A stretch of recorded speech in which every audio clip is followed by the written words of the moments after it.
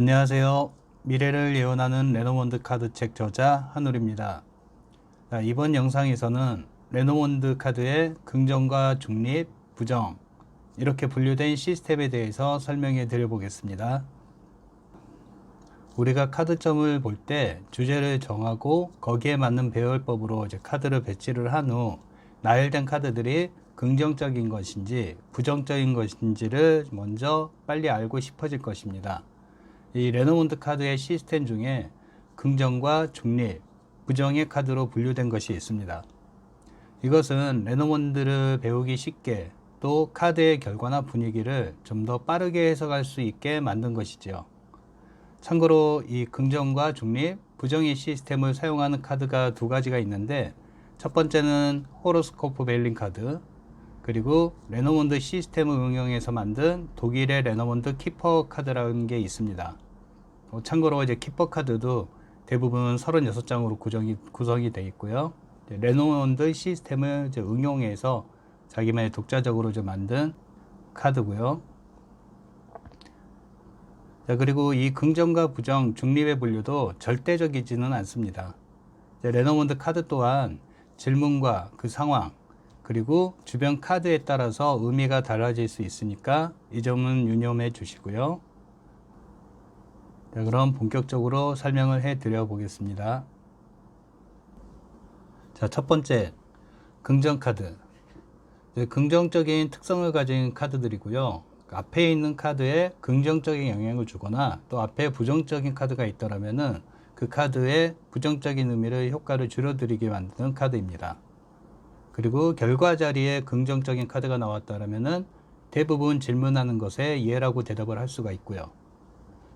그리고 긍정 카드라도 별 카드나 달 카드 같은 경우는 바로 앞 카드나 미러링 하는 카드의 조합에서 받쳐주지 않을 경우는 질문한 시기, 우리가 보통 타로 카드는 질문한 시기를 정해서 보잖아요. 3개월이나 6개월. 근데 이 별 카드나 달 카드 같은 경우는 질문한 시기에 이루어지지 않을 수도 있습니다. 또 열쇠 카드도 해결이 될 수도 있지만은 해결책을 찾았다라고도 해석이 될 수가 있으니까 결과 자리에 나왔다라면은 긍정 카드라고 무조건 예로만 대답할 것이 아니라 그 질문한 상황과 배열된 카드들을 보면서 유연하게 해석해 주는 것이 좋습니다. 그래서 저는 이 결과 자리에 별 카드, 달 카드 이런 카드가 나왔다라면은 그러면은 한 장을 더 뽑아보고 한 달 정도 기간을 더 정해서 그 다음 카드로 결과를 유출을 하기도 합니다. 왜냐하면 달 카드 같은 경우는 달 카드의 핵심적인 의미 중에 하나가 변한다 라는 의미죠. 달이라고 하면은 처음에 초승달부터 보름달이 되고 하연달이 되고 금은달 돼서 사라지는, 달은 항상 이렇게 변하는 의미가 강한 카드거든요. 그래서 결과 자리에 있다라면은 흐름의 변화가 좀 있으니까 다음 카드로 결과가 언제 이루어지는지 유추해 볼 수 있으니까 결과 자리에 이런 카드가 나왔다라면은 한 번쯤 한 장을 더 뽑아서 질문한 시기에 다음 흐름까지도 한번 봐주는 게 도움이 될 것 같습니다. 그리고 두 번째, 부정 카드. 기본적으로 부정적인 특성이 있는 카드들인데 앞에 있는 카드에 부정적인 영향을 주거나 또 앞 카드의 효과를 없애는 카드들이라고 합니다. 결과 자리에 나왔다라면은 당연히 부정 카드는 아니오라고 대답을 할 수가 있고요. 그리고 부정 카드들 중에 상카드나 쥐카드, 십자가 카드는 확실히 부정적 의미가 강해서 아니야라고 할 수 있는데, 현대에서는 이 뱅 카드나 채찍 카드, 여우 카드는 질문에 따라서 반대로 해석될 수 있음을 꼭 주의해야 합니다. 예를 들어 질문이 좋지 않은 상황이거나 관계를 묻는 질문에서는 당연히 이 카드들은 대부분 부정적인 의미로 해석을 할 수가 있는데, 자신의 욕망을 묻는 질문이나 학업 또는 시험에 관한 질문이라면은 이 세 장의 카드는 반대로 긍정으로 해석되는 경우가 많이 있습니다. 예로 뱅 카드 같은 경우는 지혜와 지식에 대한 갈망이나 마음이 큰 카드이거든요. 그 웨이트 타로에서 데스 카드 같은 의미를 지닌 카드인데, 배열이 긍정적이라면은 학업에서는 상당히 좋은 카드로 해석을 할 수가 있고요. 1등이 되고자 하는 그런 의미가 좀 강한 카드니까. 그리고 채찍 카드는 자신이 목표하는 것을 위해서 자기 규제를 하면서 많은 에너지를 쓰고 있다고 볼 수 있습니다. 스포츠나 예체능 계열이라면 더 긍정적으로 해석을 할 수가 있겠지요. 그리고 여우 카드 또한 자기 관리가 철저한 카드로 공부나 일의 능력 그런 질문에서는 긍정적으로 발휘가 되기도 합니다. 예를 들어 새로 종업원을 뽑아야 하는데 오늘 면접 보러 온 종업원이 어떤가 해서 여우 카드가 나쁘지 않은 카드랑 같이 조합해서 나왔다라면은 일의 실무적인 능력이나 또 자기 맡은 바 일에 대해서는 철저하게 잘 수행 처리할 수 있는 종업원이라고 해석을 할 수가 있어요.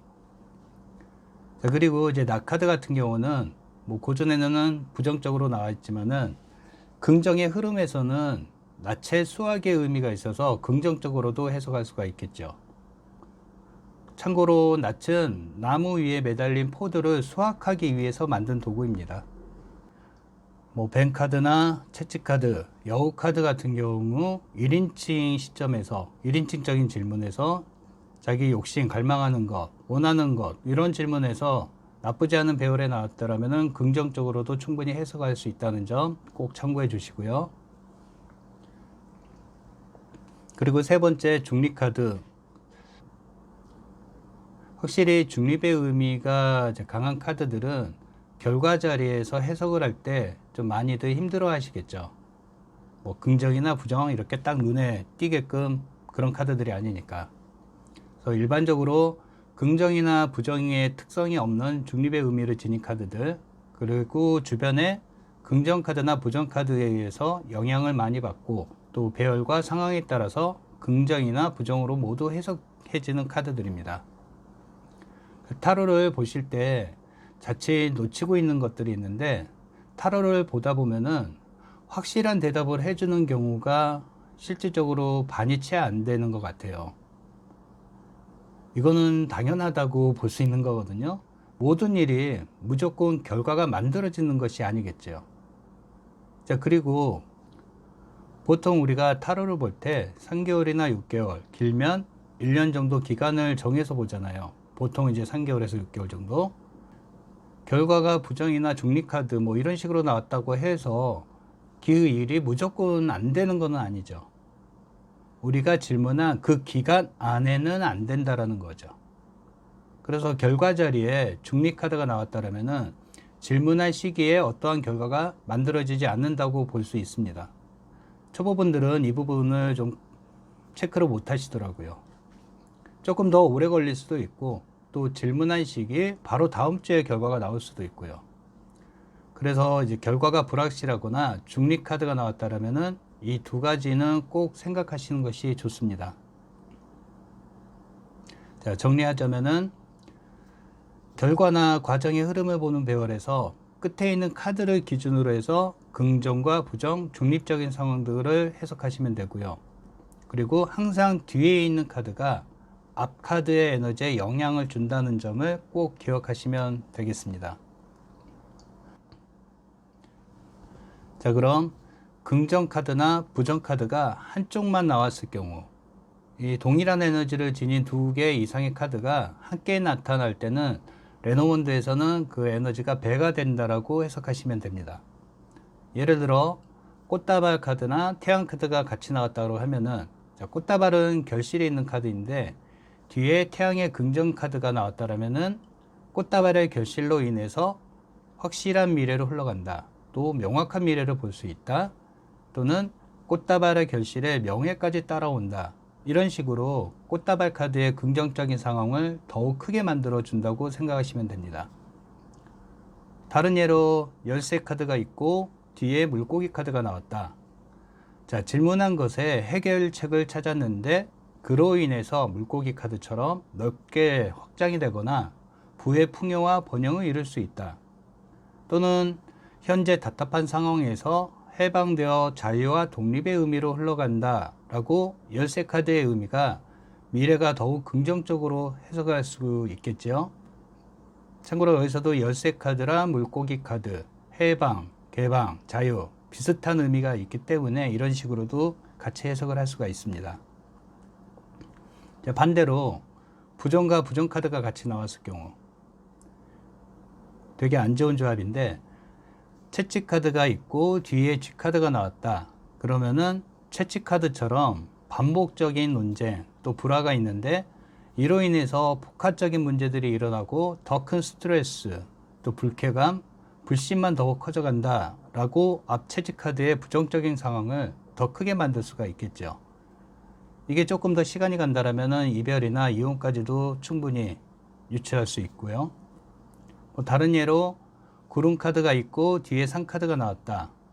자, 구름 카드는 현재 불투명하고 불확실한 상황을 보여주는데, 그 뒤에 상 카드가 나왔다라면은 더 큰 시련과 장애를 맞이하거나 아니면은 언제 그칠 줄 모르는 긴 장마처럼 이 구름 카드의 상황이 긴 시간 동안 힘들어질 수 있겠지요. 자, 이런 식으로 레너먼드는 이와 같이 악카드와 뒷카드가 긍정과 긍정, 부정과 부정과 같이 나왔다라면은 최소한 1.5배 정도 악카드의 의미를 중폭시켜서 해석을 할 수가 있습니다.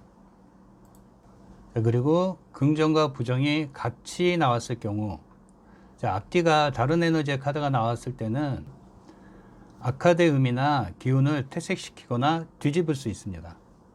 예를 들어 앞에 태양 카드가 있고 뒤에 구름 카드가 있다. 그러면은 태양의 긍정적인 의미에 먹구름이 낀 상황으로 볼 수 있겠죠. 그 명확한 현실, 또 기쁘고 행복한 현재의 상황을 불확실하게 만들거나 잘 진행하는 것들이 외부의 이유로 장애나 일시적인 문제가 발생한다. 이런 식으로 앞에 긍정의 의미를 뒤에 부정의 구름 카드가 뒤집을 수가 있겠죠. 또 반대로 구름 카드가 앞에 있고 태양 카드가 뒤에 있다 그러면은 구름 카드의 불확실한 현재 상황을 태양 카드가 나와서 어느 한순간 사라지게 만든다. 구름을 사라지게 만드는 게 이제 태양 카드거든요. 이제 드러나지 않았던 진실이나 혼란스러웠던 것이 명확하게 보여져서 문제를 해결할 수 있다. 이런 식으로 악카드의 부정적인 상황을 완화시키거나 사라지게 만들 수가 있습니다.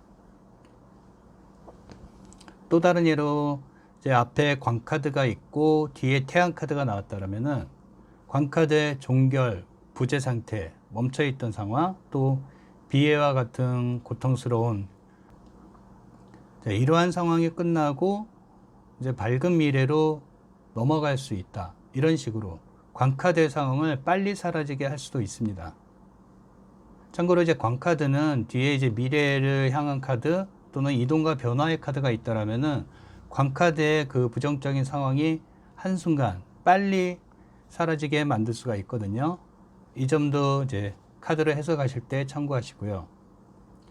물론 웨이트 계열도 타로로 이제 뒤에 긍정적인 의미의 카드가 나오면은 이와 같은 식으로 해석을 할 수가 있겠지만은 레노먼드는 아예 이 긍정과 부정 카드를 딱 정해 놓기 때문에 시스템으로 좀 더 쉽게 해석을 할 수 있다는 장점이 있습니다. 그리고 이제 중립 카드에 대해서 조금 더 부가적으로 설명을 해드리면은 이제 근처 카드나 전체적인 분위기에 따라서 어느 쪽이든 갈 수 있는 카드라고 했죠. 예를 들어 앞에 편지 카드가 있는데 뒤에 구름 카드나 광 카드, 쥐 카드 이런 부정 카드가 나왔다라면은 중립 카드의 편지의 소식은 바라던 것, 나에게 전달된 소식은 부정적인 내용을 담은 소식으로 부정의 편지 카드로 해석을 할 수가 있고요. 반대로 뒤에 클로버나 태양, 반지 카드처럼 긍정 카드가 나왔다라면은 뭐 행운의 소식이라든지 성공과 성취의 소식, 기쁨의 소식, 바라던 것과 연결되는 아주 설레이는 그런 소식을 담은 긍정적인 편지로 해석을 할 수가 있겠지요. 자, 이처럼 중립 카드는 긍정, 부정 어떤 카드가 나오냐에 따라서 회색처럼 양면성을 가진 카드라고 이해하시면 될 것 같습니다. 그리고 중립 카드는 위치한 시기에 과거나 현재, 미래 그 카드가 의미하는 상황을 보여주거나 그리고 바라고 희망하는 것, 부정적인 감정 등 마음 상태를 보여줄 수도 있고요. 그리고 또 결과 자리에 나온다라면은 조언이나 조건의 의미로도 종종 나오기도 합니다. 자, 예를 들어서 이직이나 취업을 물어봤는데 처음엔 라이더 카드가 나오고 가운데 별 카드가 나오고 그리고 결과 자리에 체크카드나 정원 카드가 이렇게 나왔다고 합시다. 중립 카드가.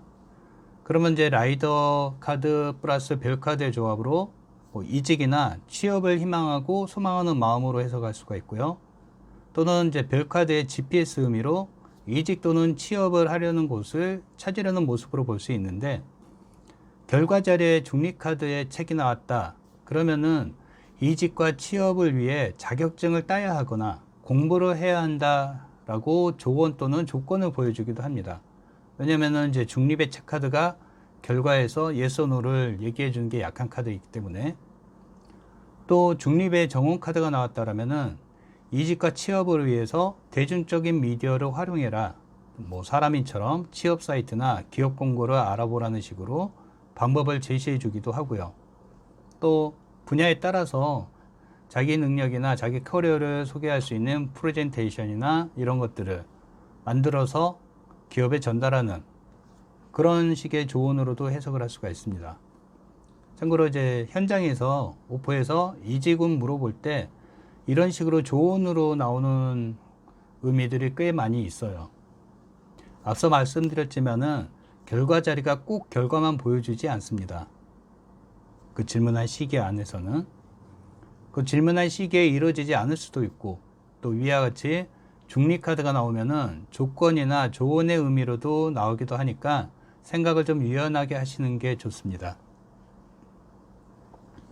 그러니까 지금까지 레노먼드의 좋은 시스템 중 긍정과 부정, 중립으로 분류된 시스템을 어떻게 응용하는지 이것에 대해서 간단하게 설명을 드려봤습니다. 자, 그럼 다음 영상에서는 레노먼드 카드의 두 번째 장점, 그룹별, 주제별로 분류되어 있는 것들을 어떻게 해석하는지 그거를 올려드리겠습니다. 시청해 주셔서 감사합니다.